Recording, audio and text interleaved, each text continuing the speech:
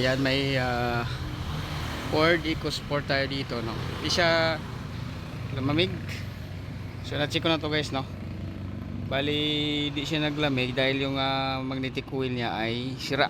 So hindi mag-engage yung plate, no. Ayan, no.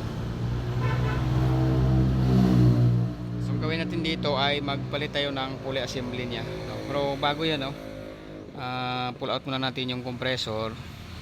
Kasi mag pull out nito, guys, na wala tong tensioner yung Ford.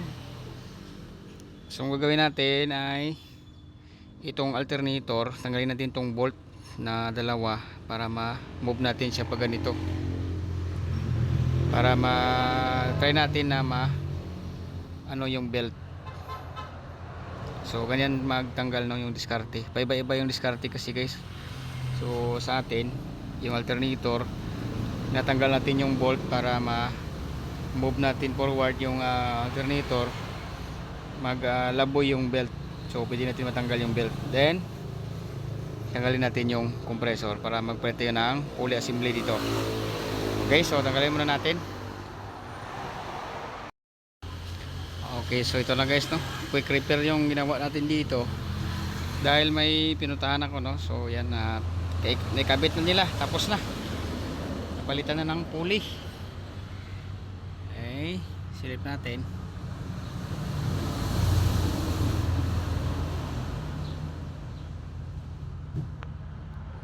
Klaro. So yan, guys,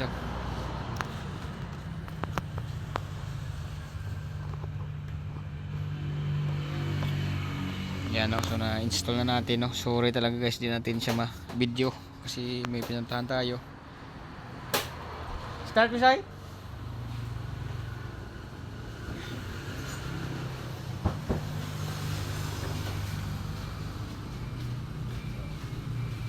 Sakto ni mo clearance.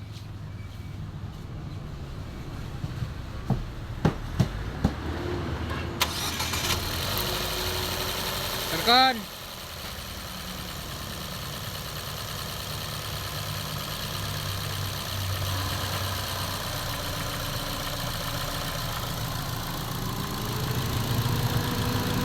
Yan. Good na, guys. So okay na po ito, no. Ayan, so di natin na pero sige lang, at least na share natin na nagpalit tayo dito. Coil yung guba.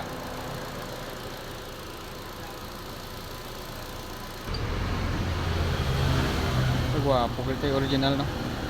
Ito yung sira, no, yung coil nya.